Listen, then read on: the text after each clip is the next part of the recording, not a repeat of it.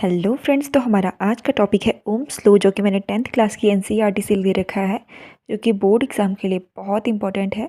ठीक है, तो ये 10th क्लास की एनसीईआरटी बुक है, तो मैंने इसी से क्वेश्चन ले रखा है और इसके साथ मैं आपको इसके कॉन्सेप्ट बताऊंगी। तो देखो, ओम्स लॉ होता क्या है।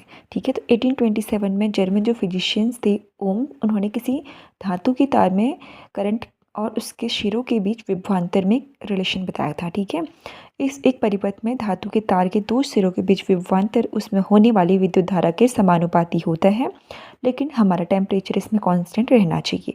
लेकिन टेम्परेचर कांस्टेंट क्यों क्यों हमको टेम्परेचर कांस्टेंट रखना है। ठीक है, जैसे देखो, अगर हम टेम्परेचर इंक्रीज़ करते हैं तो हमारे जो एटम होते हैं, यानी कि जो परमाणु होते हैं, वो ज़्यादा वाइब्रेट करते हैं और इलेक्ट्रॉन का जो फ्लो होता है वो रुक जाता है।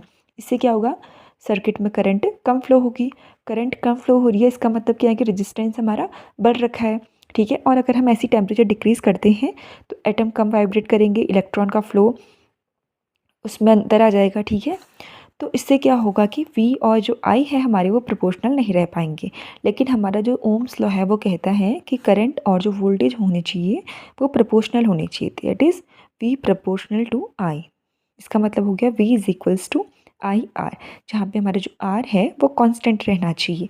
ठीक है, यहाँ से हम R की वैल्यू निकाल लेते हैं। R हमारा रेजिस्टेंस है, R is equals to V over I।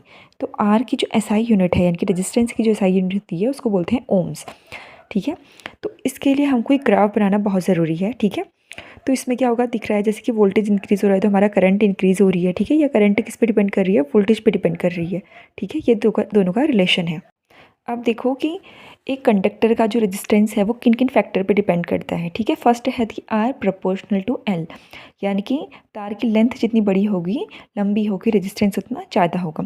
अब देखो, जैसे वायर हमने लंबी कर दी तो क्या होगा कि इलेक्ट्रॉन को ट्रैवल ज़्यादा करना पड़ेगा। ठीक है, अब ज़्यादा इलेक्ट्रॉन को ट्रैवल करना है तो ज़्यादा इलेक्ट्रॉन टकराएंगे आपस में, रेजिस्टेंस हमारा इंक्रीज़ हो जाएगा। और सिमिलरली R जो होता है वो इन्वर्सली प्रोपोर्शनल टू A होता है। ठीक है, यानी कि R जो होता है वो एरिया के व्युत्क्रमानुपाती होता है। अब देखो, जैसे कि हम एक बहुत चौड़ी रोड पे गाड़ी चला रहे हैं। ठीक है, तो चौड़ी रोड पे क्या होता है कि गाड़ी को चलने के लिए स्पेस मिल जाता है।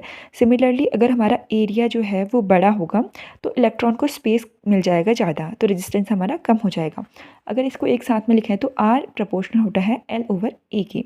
तो इसका मतलब हो गया कि R is equals to rho L over A। अब इसी के रिलेटेड एक क्वेश्चन है। ठीक है, तो इस क्वेश्चन को और इसी के साथ हम ओम्स लॉ का एक क्वेश्चन अभी हम नेक्स्ट पार्ट में इसको सॉल्व कर लेंगे।